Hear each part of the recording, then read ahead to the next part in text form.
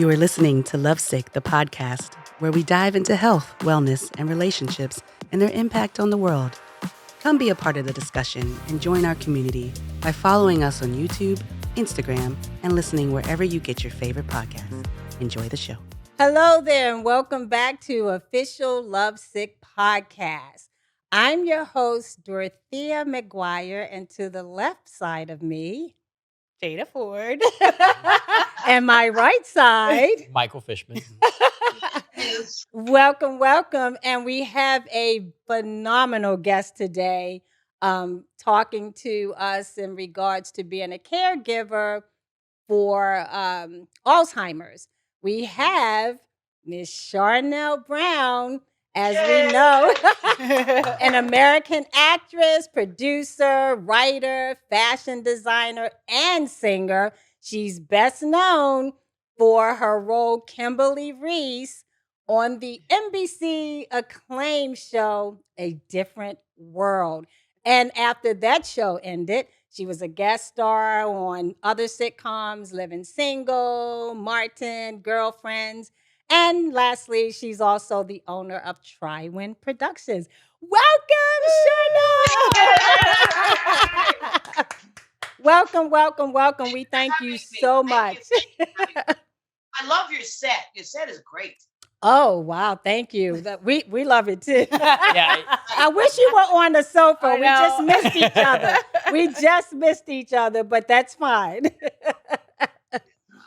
But anyway, Charnele, I know that the subject that we're talking about today will help so many people.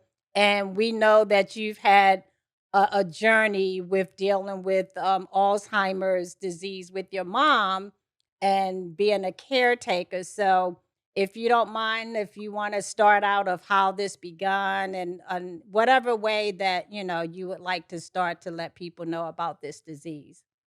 Okay, first of all, thanks so much, Dorothea.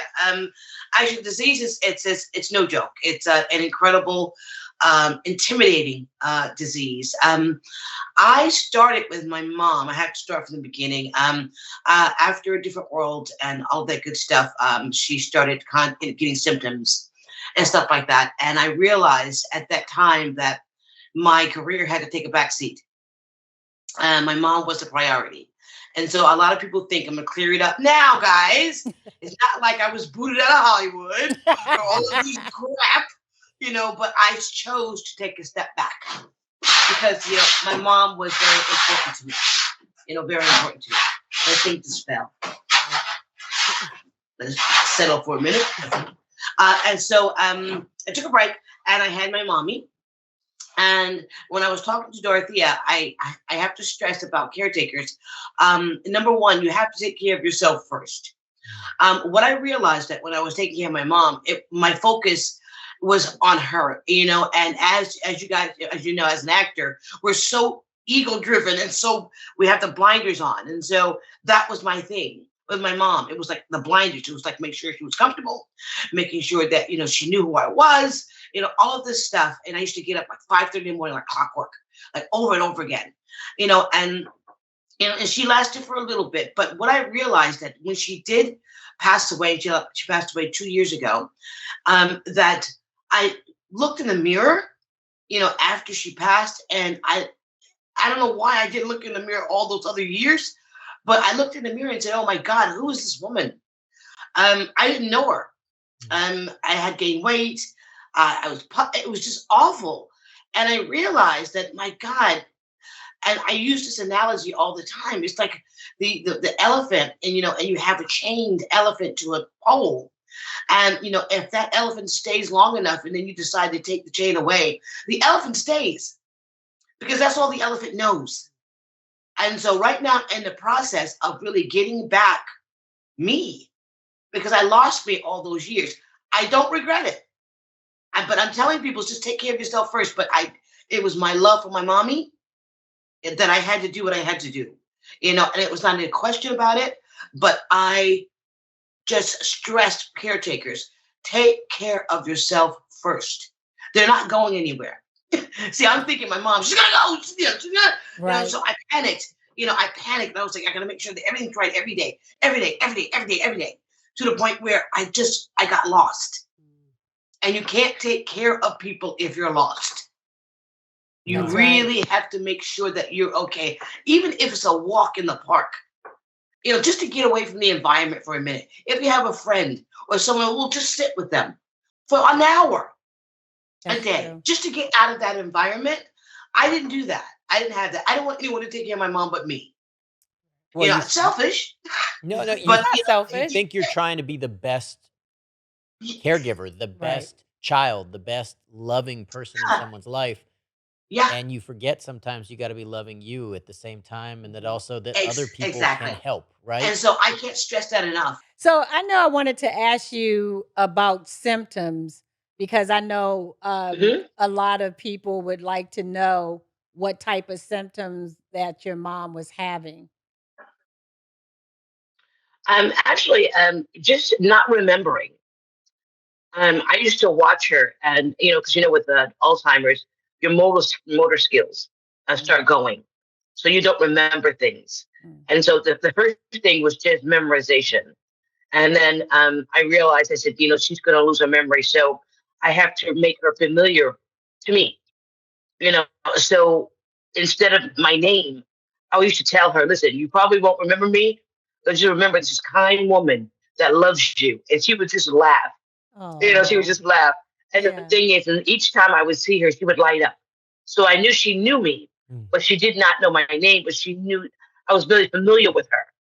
And so, and I tell people too, once again with Alzheimer's, if surround them, see them often because they won't know you. Yeah. They won't.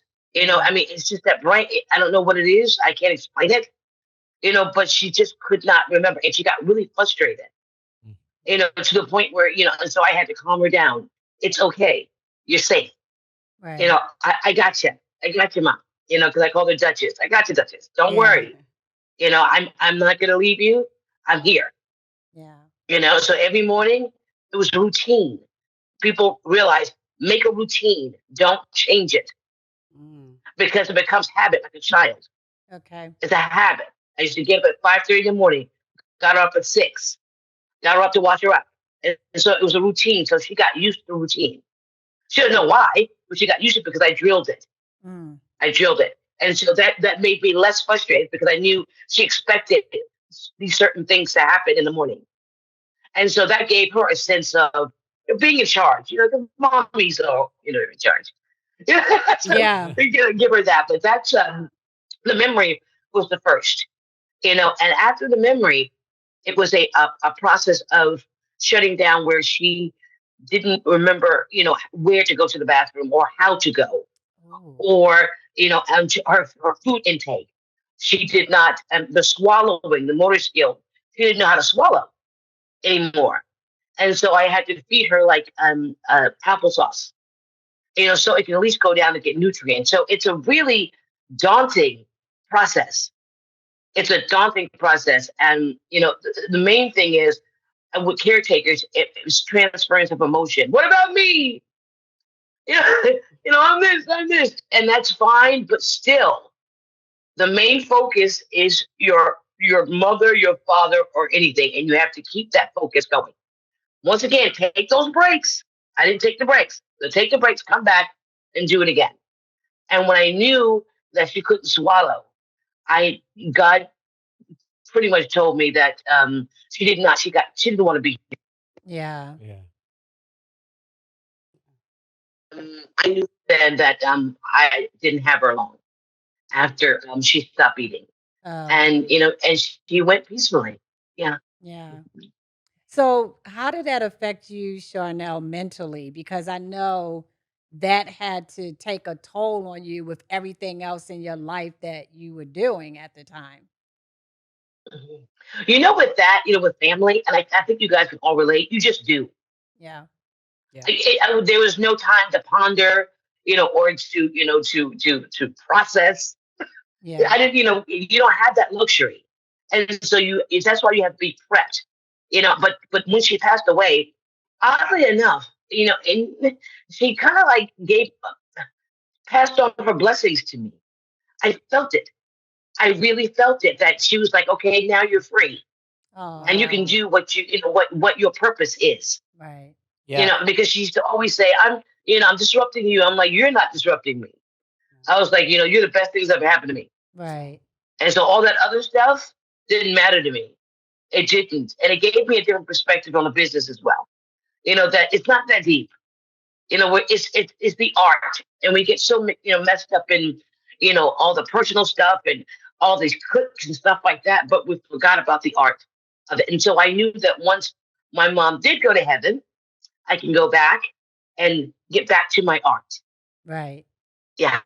Yeah, I think there's this interesting part of the grieving process is so different for everybody. I always tell people it comes in waves. Yes. I have my Hmm. own kind of view on it because I think it's a gift in a very strange way. I think it's a gift of how much love you shared. But I also think that there's Hmm. this interesting thing that swarms you afterwards as you start thinking about all the things that you need to do or that you let go or that you did these things. And then, Yeah. you have this beautiful mindset about this, which is you knew you were spending your time in the right place. And now Hmm. you're ready to go back and to commit to the parts of your life that you want. Exactly. Exactly. But it was hard doing it. Like I said, I'm that elephant. You know what I mean? I mean, it's Yeah. been 2 years now, and I'm just getting, my groove back. Right. I'm just getting it back. And that's Yeah. 2 years. Yeah. I Yeah. guess there's no timeline on things like that when it happens because everybody's different. So some people take longer Yeah. than that, Everybody's different. Yeah. Now, Yeah. did you have a lot of Yeah. resources and stuff that you accessed to learn more about? I did. I did. Yeah. I was like a bully because right now and within the system, you know what I mean? They're just not capable. They have people. I think after the pandemic, the people that were really good at what they did decided to stay home, Yeah. Yeah. That's true. and so now we have an influx of people that really don't know what they're doing. I'm going to be very honest. Right. And so I was man, I was on the phone with resources. I mean, I went through like 16 caretakers. How many? Did you say 16 or 6? 16. Oh my Yeah. gosh. 16. Wow. Wow. Mhm. Because Jeez. if I felt if my mom was not comfortable and I know her signs, Right. they were gone the next day. Yeah. I don't Mhm. blame And you. that's the stuff we've talked about before too, just being Mhm. like your own advocate first of all, and then you are looking out for the best interests of Mhm. your mother. And we even say that just for about ourselves when we know that if there's something Right. that we need to get checked out and looked at, it's like we know what we Mhm. need, and we need the right Right. professionals to help. Mhm. And sometimes, like, I know Michael said this, I'll call him out, but he's like, some of these, white coats, they have C's. They've gotten That's my Cs. thing is And somebody so- graduated medical school with I know, C's, I right? know. Like it's not personal. Like I know you didn't all ace everything, right? Like, Michael's funny. well, I'm curious. What are the things you wish you knew? Oh. Like for somebody who's starting this process, like if you could give them kind of the cheat Mhm. sheet, the Mhm. ramp them up and give them the gift of your knowledge of your experience, right? What are some of those Mhm. things that you wish people knew or that you wish somebody had been able to tell you or share with you? I was, I don't know. I think because of my foundation, I just, in, our culture, we take care of our family. Mhm. I mean, it's a given that we just, I mean, I look at it this way. I mean, you put up with me forever. I'm going to put up with you forever. You know what I mean?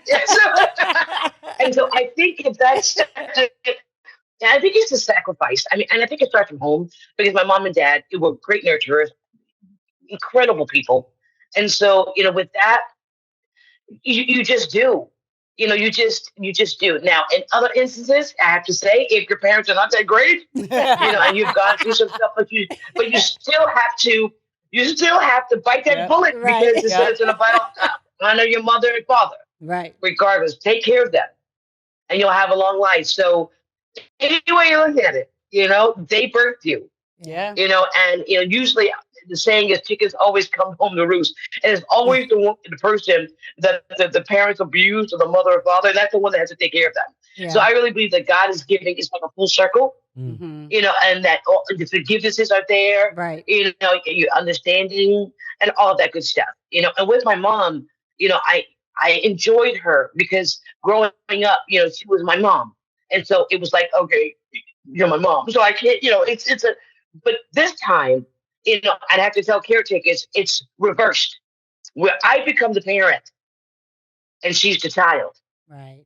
And so that adjustment, because you can't come at her or your parent like a child, Right. because they'll get confused. Because I remember one time my mom said out of nowhere, "You're my mommy now." Oh. And I said, "I am." I said, "I am your mommy." And when I said, "Now I'm going to torture you like you tortured me." You know exactly. Hey, back in the And so most beautiful way, right? I'm the mother now. I'm the mommy now. Now what's you to do? And one time she goes, "You're the mommy. I love you." I said, "I don't want to hear it.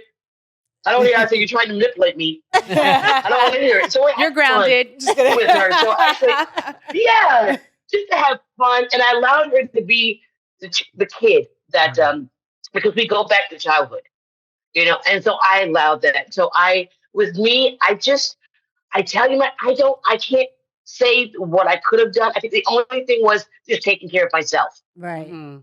Just making sure that my foundation was strong. So whatever came, I could deal with quickly. And I did that. And I think too is I have to say prayer. I mean, God was sick of me, and I'm sure he still is. But I would get up and pray and, Right. And say that, let her be comfortable, because I knew it was inevitable. And I said, if the healing process is there, thank you, Lord. Yeah. If you were to heal her, thank you. If not, thank you. Right. I know where she's going. She was 85 years old. She had a wonderful life.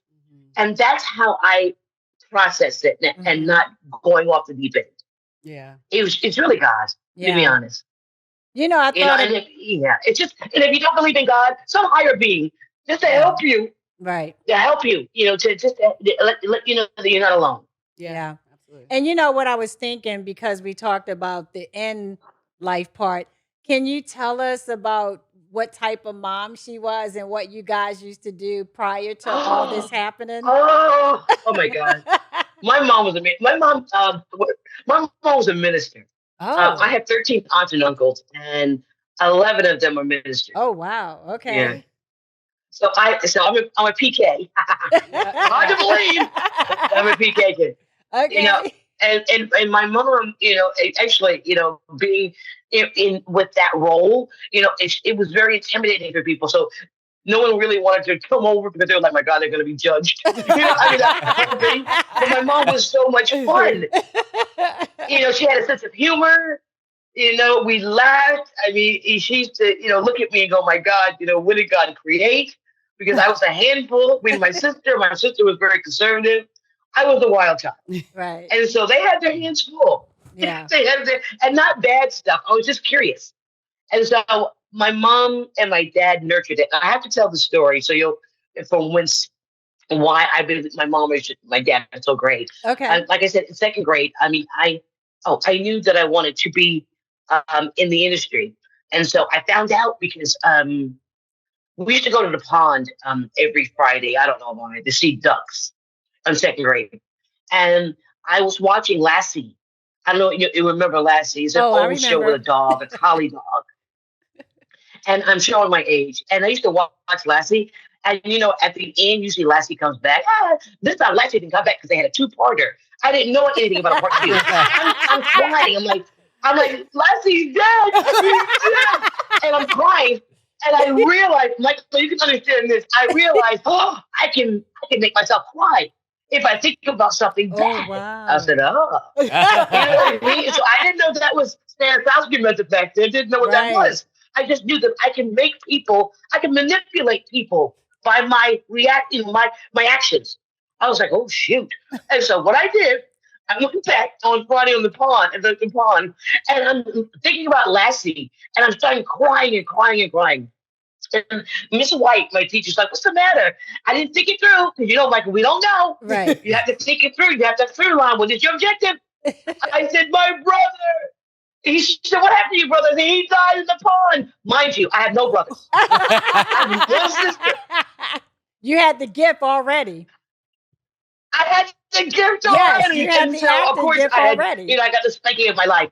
But when my mom and dad did, they recognized something in me, and they put me in classes. Oh. So I've been in acting classes since I was in second grade. And they were like, listen, either she's going to be a pathological liar or she's going to be an actor. Well, you did quite well. You picked the right choice. They're like, we're gonna angle this in the right. We're gonna put this in a holy direction, and we're gonna. Yes, they were like, we're very afraid of this one. So she came out real weird, and so they nurtured me, and they put me everywhere. My mom and dad. I had an itinerary growing up. I went to sewing classes. Blah blah blah. I was everywhere and I sat down. I was like, I'm tired, Mom and Dad. They were like, we want to get you prepared to see what you like and what you dislike, because you're going to be doing whatever you're doing for the rest of your life. Right. Yep. So you really have to enjoy what you're doing. Yeah. Yeah. So they put me everywhere to see where I was most happy, and it was in entertainment. And that's why my parents are so special to me, because they listened to me. Yeah. And that's great because they listened. Yeah, because sometimes you have parents that don't do that, or they force the kids to do what they want them to do and not what you actually really want to do. So exactly. Kudos to them because they did a fabulous job with you, because you're fabulous. And then you were gracing our television shows with such amazing shows and iconic television. And so, I just, whew. Yeah. I mean, I loved you on A Different World. I loved you on that show. And, it's just to look at you now and to see how everything that you've gone through, but you rising back to the top, and it's great, Yeah. And look, the journey is wonderful. I love the journey. And Michael, you can agree with me. The hunt is the best as an actor. The hunt. Yeah. The hunt for a if job. you're hungry and you want it, we're like, oh God. It's like now we got to deal with politics. But it's just wonderful to go after it. I love that. Yeah. As an actor, to go in, and go in and conquer.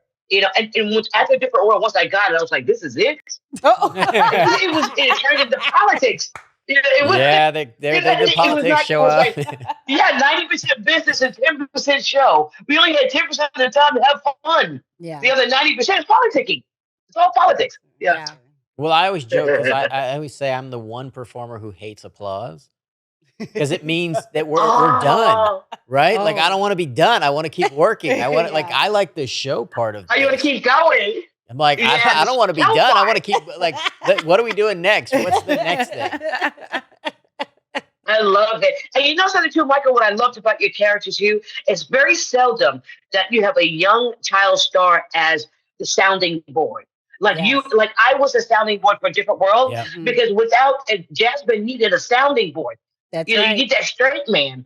And it's amazing how they did that for you. And he was such a young age. And I you know love what it. I mean?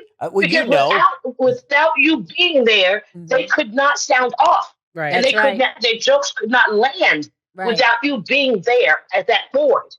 Yep. And as a kid, that's rare. Yeah. Oh, I loved it. Kids steal the show. I love it because normally the kid is the butt of some crazy joke, or you're some clown, right? And to be the straight person, to know that you're gonna be the butt of jokes, or that you're gonna be the sounding board, and that you have to be the support structure. You have to understand. You got to play with a different level of intelligence. I think people don't understand what that's like. You and I get that because our characters kind of shared that. We get it. It's beautiful. Yep. Yeah. I love it. So it's amazing. It's beautiful. Yeah. Now, what's the dream? What's next for you? Because you're transitioning back, right? What is the dream? I am. I don't know. I don't know, guys. I mean, this sounds like a weird. I talked to Dorothea about it. I don't know. Yeah. I'm going where God has me to go this time around. I mean, the thing is this: we all have a purpose in life. Yeah. He gives us his purpose, and then he gives us a gift of talent to have fun with it. Yep. So true. I don't know where I'm going. I know I'm going. Yeah. But I don't know where yet. And I'm excited and nervous at the same time because my drive is different now. Yeah. And like back in the day, I'm not driving to become an actor. I'm not driving for you to accept me. I'm here already. Yeah. Right. My acceptance is done. And so now it's time for me to go in and see what what God wants me to do so I can pass on a message. Right. Because that's what we're here for. We have a purpose. Can you tell everybody about Tri-Wen Productions so people will know, and then also how to contact you with Tri-Wen? Yeah. Tri-Wen Productions is myself and my business partner, Andre Petrie. We decided Tri-Wen, try and you win. When you try, you always win. Good. Yeah, I love it. You always win. But you got to keep trying. You can't stop. You can't stop. Really quality of shows, bringing back family. Yeah. Bringing back that dynamic. And bringing back simple stuff like empathy. Bringing back people that care. It's like everybody wants to be the bad guy now. Right. Everybody wants to do evil. Everybody wants to be backbiting and not. And I said, you know something? We got to bring back. There's a host of people out there that want to see things that are wonderful because I want to be entertained. Life is hard enough. I don't want to get on TV and then people are slicing each other up and that's good for it. But we need there's a pocket that's missing. Yep. And I really believe that we're going back to it. We're going back to, because even with Roseanne, even though it was zany, but there was a love. Mm-hmm. There was a love in that house. Yeah. Regardless of how it was delivered. Right. But when I left watching each one of those episodes, I felt that this family loved each other regardless. They met each other where they were. And that's what we need to get back. And I think that's why they're trying to bring back all these shows. Because Frasier's back. Yep. All these shows are coming back that are human and makes you think and have that empathy for people and caring for people. We lost that. Yeah. Mm-hmm. Nobody cares. Yeah. And that's not our purpose on earth. Yeah. That's not our purpose on earth, not to care. No, I agree. I think that's one of those things. So that's what Yeah, for me, it's the kind of projects I'm trying to build too, because it's about community and inclusion. I want to see things that are like the world we live in. And I think it's really interesting. We did this thing for a while where everybody was excited about the anti-hero. But if you know the anti-hero, that's a jerk in your life. That's not a good person. Nobody wants to be that person. And nobody wants to be friends with that person or have that person in their family. You can't build a life that way, right? Yep. All of those quote-unquote anti-heroes are miserable people. Yep. And I think for a while, we started falling into this thing of like being angry at the world. But the truth is, life is about loving each other. And lovesick, I mean, the genesis of this coming from Jada and Dorothea is like understanding that you're going to face challenges. Right. You're going to face disease, illness, mismatches in what's going on. You're going to have things you have to conquer and tackle and face. And in all of that, finding the love in it, finding the connection with the people, because that's what family really is about is nobody's family runs smoothly. Right. We're all going to be faced with something. Exactly. And so how do you find the love in it? And how do you celebrate each other? And how do you give each other the resources and the support structure? Yeah. Mm-hmm. I agree. I mean, that's one of the reasons why I come from the reality TV side of everything. And, my biggest thing was I stopped working on projects that weren't promoting good things and positive things because I felt like after a while we could see all the fighting and all the, angry towards each other and, breaking up fights and all that stuff. But it started to become something that was just like, everybody's not about this. And yes, it's entertaining, but then think of how much of yourself you have given up for to be angry all the time. And that's why these like positive messages are always helpful in our world. That's true. There we go. That is so got you back. Okay. And Charnele, I lost you for a minute. I had another thing that I would love for you to talk about too before we go off the air is about Black Man, the play, because we were not able to see it. Yeah. If you could tell everybody about the mission for that play, which I think is absolutely wonderful. And you just left Inglewood at the theater. Yes. So I'm the sorry Miracle that we Theater. Yeah, so sorry we couldn't be able, to attend. But why don't we talk about that a little bit? Because that's really serious. Yeah, it's incredible. Like I said, my business partner, Andre Petrie, he woke up one morning and created this incredible piece dealing with mental health and PTSD with our Black men. Mm-hmm. For instance, there's no platforms really for a lot for men, period. As women, we have everything. Mm-hmm. We have resources. We got the Me Too. We have everything. And the men right now, they don't have too much of anything. And so this is the play is about 7 different characters, and I play a therapist. And these men come, and we understand why Black men do what they do, because it stems from systemic racism, first of all. And after that, it stems from family. Because I always ask the women in the audience, we complain about these Black men, but where do they come from? Yeah. And they think, I'm like, they come from us. Yeah. So we have to take accountability as well about it. So it's a discovery of the men needing help, and it's okay to go to a therapist. It's okay to get help. It's okay. But I know a lot of, men fear, and we had these discussions, with a couple of men, that they fear that if they allow their guard to come down, they're vulnerable. And then they feel that that person's going to go and tell someone else. Like, because we have these women today that are, I call them they're quick. They want everything now, everything now, everything now, and that entitlement of, and I have to say it with Black women. I don't know where we get that entitlement from, that this Black man owes you, or, you have to, if we go on a date, you have to pay me to go on a date. That's prostitution. That's not going. I mean, it's escort type stuff. Right. Mm-hmm. That you have to give me this. And if you're with me, you have to take care of me totally. I think that we've gotten misconstrued about what partnership is with a man and a woman.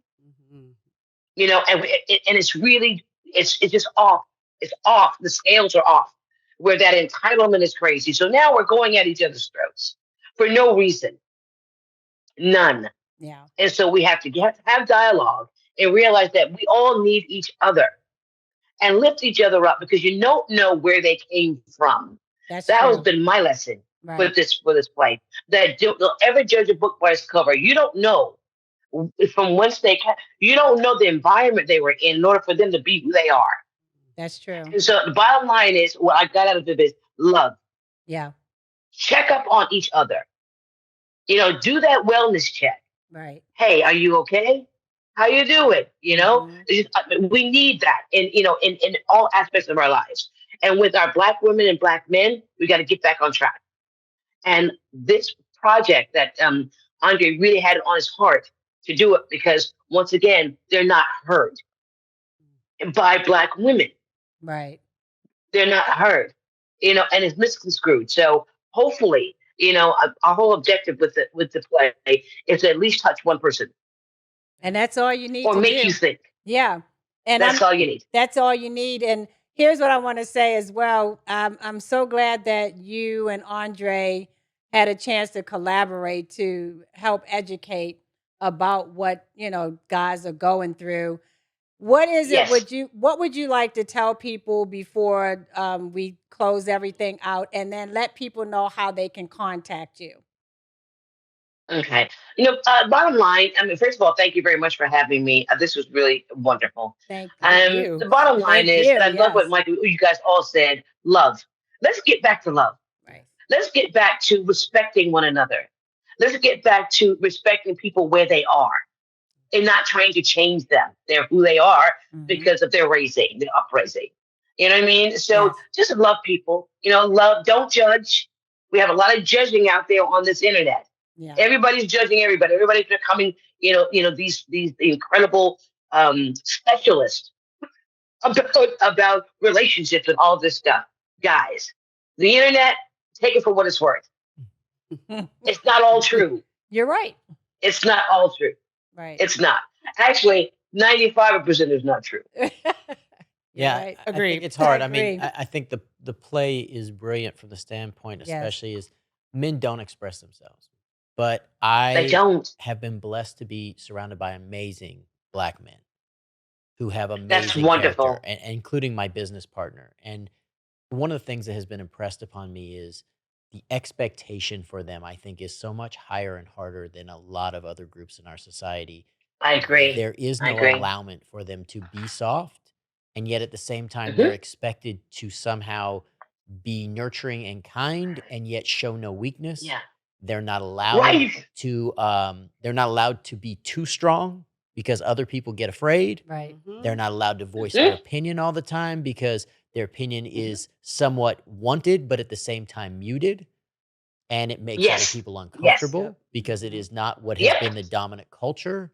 And it pervades a lot of the stuff that we write for that reason. But I think it's a really important point. And I think if there's a group in society that is being underrepresented at the current time and underheard, I definitely think it's the group that would be Black men, because I feel like they are not being allowed to express either their vulnerability or their frustration without it being deemed either anger or being anti someone else. It's like, no, their voices need to be heard.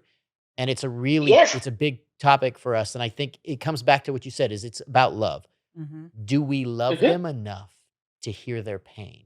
Ooh. And can we make space? Oh, wow. Oh, that's good. That's good. Yeah. That's so good. And it's true for so many, but I think that group in particular, we've asked them to be, it's so interesting. We ask young Black males, you know, as the father of one who lost one, he was asked to be tough and to be street and to be streetwise, and yet still somehow be intelligent and communicate in a way that other people found palatable. He was accepted in some groups and universally disregarded in others. He was, at times, he was a statistic for people, right? Before they ever even met him or heard him. And so, like, it is a mission for me. And so I share that mission. And for Andre, like, if there's ways I can help, because, you know, I think of Larry so often, and I think of the way people dismissed him. And I think of the way that people didn't want to hear him. And I look at my business partner, Michael, and he's one of the smartest people I've ever met. He has some of the most incredible integrity. And yet, here's a guy who's super educated, former lawyer, can talk about any subject and is as bright as anyone. And yet we go certain places and no one wants to hear, or they make their own prejudice. He's a big, strong guy, so his presence makes other people uncomfortable sometimes. And it's like, and at times, this is something that people who look like me don't want to hear. There's a privilege. Sometimes I can say things almost without even thinking twice about it, where my business partner says half of that and he's immediately deemed as aggressive or angry or something else. And that's a problem universally that, you know, the Black community has faced for a long time, but Black men right now, it's almost like we've used that to silence them, and that silence is causing mental health issues, and we're not giving them the support they need. Exactly. And that's why you guys carry on their shoulders. And that's why you and Andre directed and produced this play, because of that, right? Yes. What Michael just said. Because of that right there. Yeah. What he just said. That's right. Well said. That's right. Yep. How can people get in touch with you? Beautiful.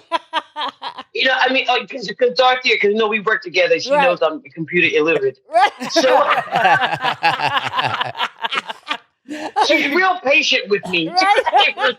But also, it's actually, you know, something, it sounds really weird, but the best thing to do is to Google me. Right. There you go. Because everything is there. It sure everything is there for you. There it is. That's the best answer of all. I need to start saying that. And there's lots of talent out there for them to find, right? So look you up and support you actively, because you got a voice and things to share. That's right. Yes, exactly. That's right. Well, Charnele, we are so happy that you joined us today on the official Love Sick podcast. And we want you to have a very happy birthday celebration. Thank you. Thank you. And Dorothea, I have to say thank you very much. I mean, when the first time we met, I just knew, you know, what a kindred spirit and a great heart. And you know what I love about you too? You're a darn good hustler. And that's what we need in this industry. Yes, she is. And I thank you so much for that. You better believe it. That's a barracuda. Thank you, Charnele. We really appreciate you that. and appreciate your time. And we thank love you for sharing your story with us. Love you. Thank you. Thank you. Thank you so much, you and I will talk soon. Love ya. Okay, Bye-bye. we'll talk soon. Thank you so much. Okay. Bye. Thank you. Bye-bye. We thank everybody for being part of this ride and for sharing her journey and kind of the overall journey. And we want to keep that conversation going. So please feel free to share with us and look forward to sharing with you on the next Lovesick podcast. Yeah. Thank you. All right. Thanks for joining us.